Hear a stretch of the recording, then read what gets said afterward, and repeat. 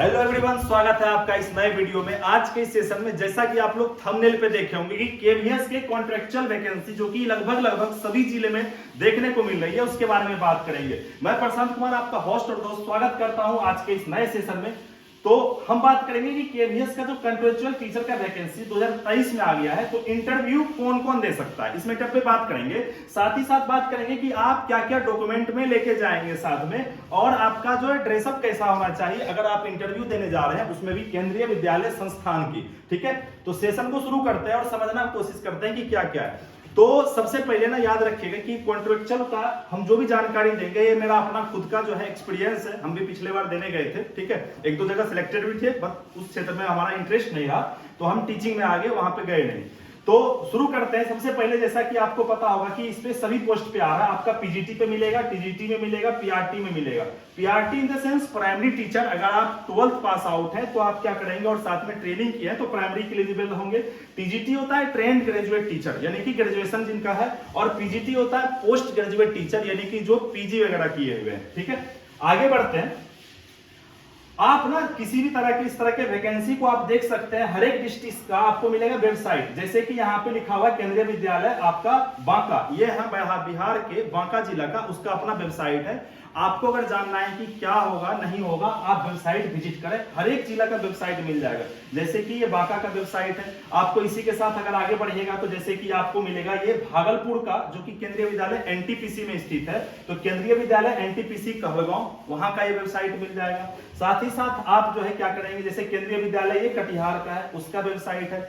तो कहने का मतलब है कि आपके आसपास का जो भी जिला है, अगर वहां पे आप देने जाते हैं तो आप उसके वेबसाइट पे जाकर के अच्छे से रन कर लीजिए। पीडीएफ नोटिफिकेशन, आपका एक सबका जो है बायोडाटा का फॉर्म, जो कि अपना अपना स्कूल जारी करता है, उसको आप क्या कर सकते हैं, वेबसाइट से डाउनलोड करके उसको एग्जाम में जाने से पहले फिलअप करके जाना होता है। आज की इस वीडियो में हम आपको एक फॉर्म भी दिखाएंगे जो कि बांका का होगा, और उसमें क्या कैसे भरना है उसके ऊपर बातचीत करेंगे। ठीक है, अगर हम बात करें एलिजिबिलिटी का, तो आप यहाँ पे साफ साफ देख पा रहे होंगे कि इसके लिए वो बच्चे एलिजिबल हैं जो कि pass in the central teacher ability test, यानी कि सीटेट, जो कि पास है अकॉर्डिंग टू केवीएस। ठीक है, तो कंडक्ट बाय सीबीएसई जो कि लेता है, बिल्कुल सही बात है।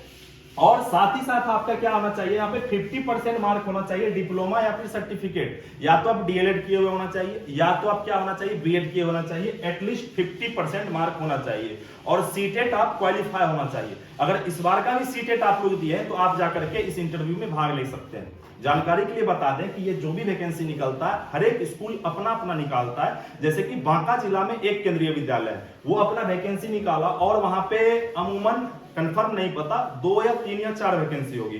इसी तरह से कटिहार में, इसी तरह से पटना में 3 केंद्रीय विद्यालय, वहां पे मिल जाएगा। आपको सहरसा जिला में मिलेगा, पूर्णिया में आपको जहां पे एयरफोर्स का अड्डा है वहां पे मिलेगा, एक स्कूल है। सबका अपना अपना वैकेंसी आते रहता है, और किसका किस डेट को इंटरव्यू है वो उसके वेबसाइट पे मिलेगा। जैसा कि हम आपको बताएं, इस तरह से हर एक स्कूल का अपना एक वेबसाइट, आपको गूगल पे सर्च करिए केंद्रीय विद्यालय पूर्णिया, मिल जाएगा, और उसके बाद जाकर के वेबसाइट रन करिए। ठीक है, अब बात रहा कि एलिजिबिलिटी का बात हो गया कि अगर आप 12th पास है, उसके साथ ही साथ अगर आप डीएलएड बीएड किए हो और आप अगर सीटेट पास है, इसमें इंटरव्यू दे सकते हैं। वहां पे जाना होगा, जाने के बाद सिंपली वो आपको इंटरव्यू लेगा। अगर इंटरव्यू लेने के बाद अगर आपका वो सिलेक्शन कर लिया, तो आप वहां पे contractual teacher as a join करिएगा। अच्छा, कॉन्ट्रेक्चुअल टीचर क्या होता है, एक बात ये भी होता है, क्या ये परमानेंट हो सकता है? तो जानकारी के लिए बता दें, ये टीचर को परमानेंट नहीं रखा जाता है। ये आप तब तक वहां पे ज्वाइनिंग करिएगा जब तक कि उसका परमानेंट टीचर नहीं आ जाता, यानी कि केवीएस अपना एक वैकेंसी निकाल के एक फिक्स टीचर को नहीं लाता है, तब तक आप रखिएगा। देखा जाए तो एक ड्यूरेशन आपका 6 महीने या साल भर का हो सकता है। ठीक है, अच्छा, दूसरा बात आपके मन में ये सवाल आता होगा कि डॉक्यूमेंट क्या क्या लेकर के जाए, तो हम आपको, ये है हमारा जो कि आपको बायोडाटा फॉर्म भरना होगा, हम इसको बताएंगे कि किसमें क्या भरना है।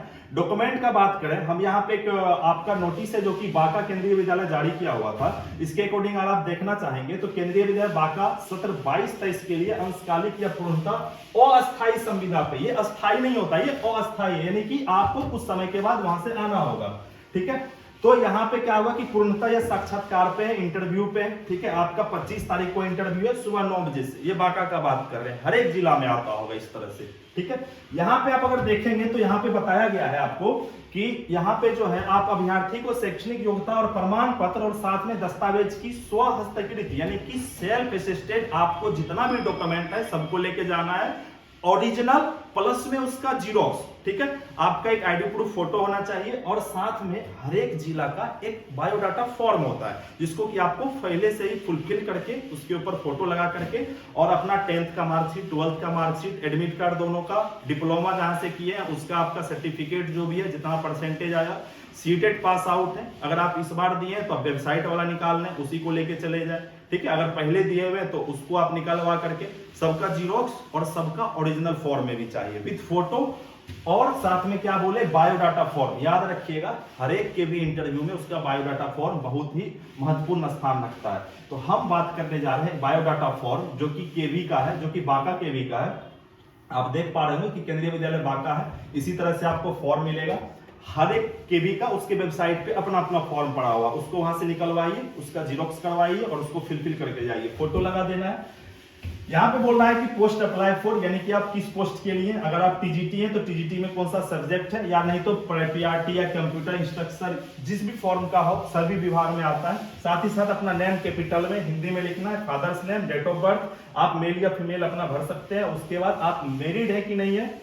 आगे बात करें तो यहाँ पे पूछा हुआ आपका कास्ट, एससी, एसटी, ओबीसी जो भी आप डाल लेंगे, ये सब सिंपल है।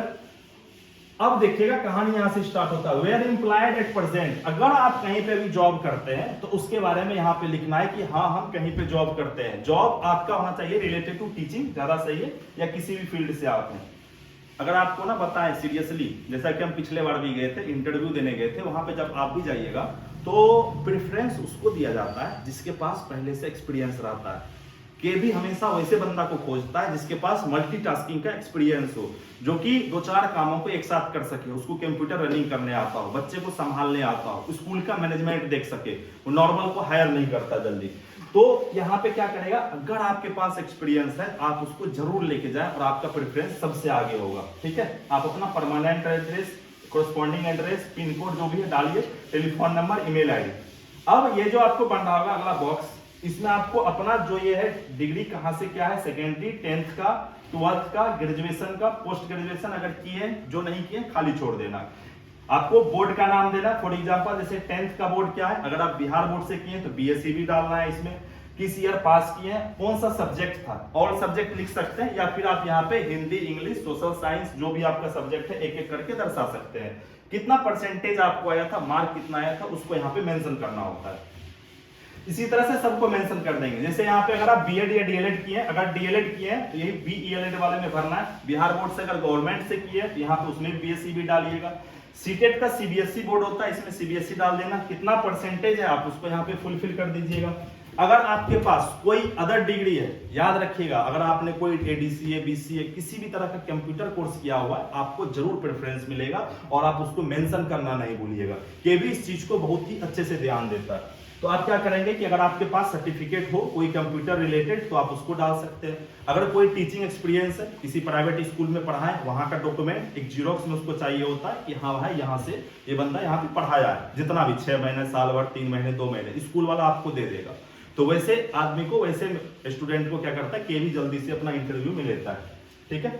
इसके बाद आपको हो गया कि यहाँ पे टीचिंग एक्सपीरियंस में डालना है कि कहां से किए हैं, कितना किए हैं, कहां से कितने दिन तक, 5 महीना, 6 महीना, सब डेट आपको दिखाना है यहाँ पे।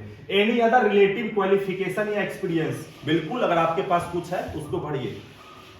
एक बात ध्यान से सुनिएगा, अगर आपके पास कोई एक्सपीरियंस नहीं है, आप बिल्कुल फ्रेशर है, ठीक है, मान लीजिए 12th किए, डीएलएड किए, सीटेट किए, आप कहीं नहीं जॉब किए, उस स्थिति में भी आप यहाँ लिखिएगा तो नहीं, लेकिन आप जब इंटरव्यू में देने जाइएगा ना, जब आपसे कुछ पूछा जाएगा, आप उसको साइड से इशारा करिएगा कि हाँ सर हम घर पे ट्यूशन पढ़ाते थे, हाँ सर हमारे भैया का एक स्कूल है उसमें भी पढ़ाते थे, ठीक है। इससे बोलने से थोड़ा उनका माइंड हिट करे, आपके साइड थोड़ा सा पॉजिटिव फील आए। अगर नहीं है तो फिर भी कहे कि हम फिर से बोल रहे हैं, एक्सपीरियंस उसके यहाँ मैटर करता है।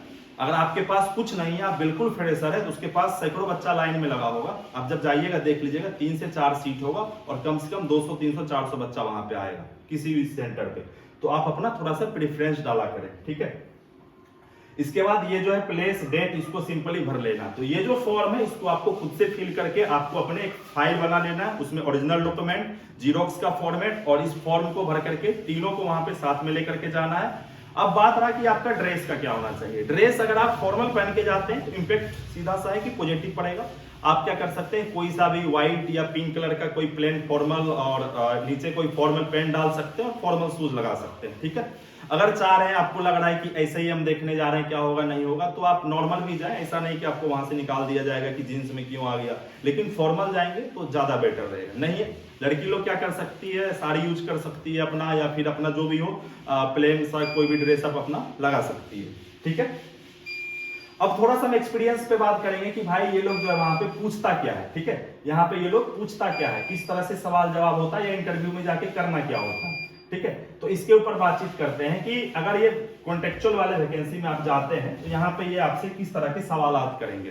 तो यहाँ पे देखिए मेनली आपको ये पूछा जाएगा आपका एक इंट्रोडक्शन बहुत मैटर करता है। इंट्रोडक्शन जैसे ही बोले तो आप वहां पे थोड़ा सा डालें कि हम घर वर पे पढ़ाते थे, अपना नाम या जो भी है सिंपल वे में, और जाए तो हो सके अगर पीछे बोर्ड लगा हुआ है तो आप बोर्ड का यूज कर सके।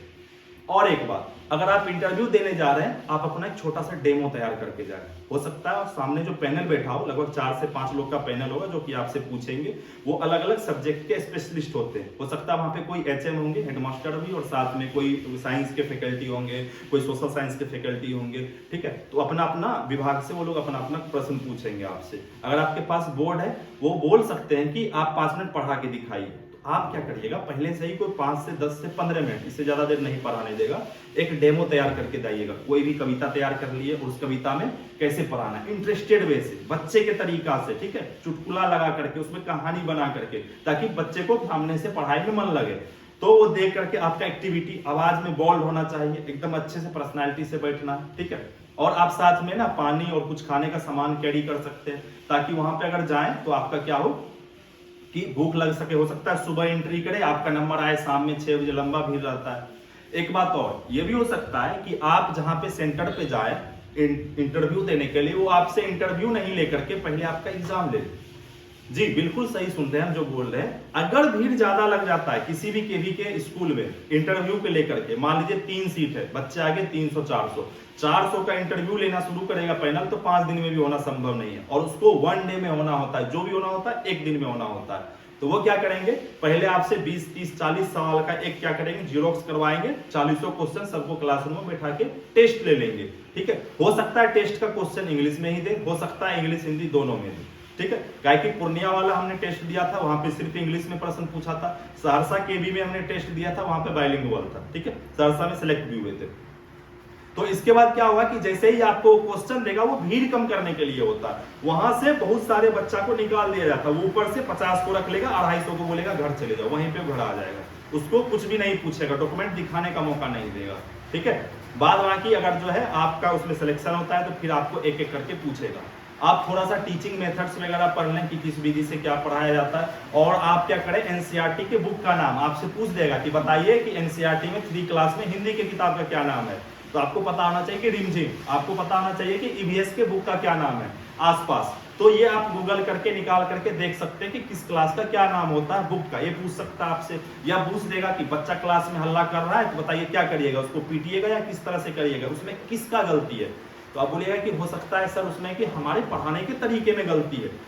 आपको ही पता होगा कि कभी भी बच्चे को दोष नहीं दिया जाता है, हमेशा दोष संस्था को, व्यवस्था को दिया जाता है, टीचर पे दिया जाता है, ठीक है।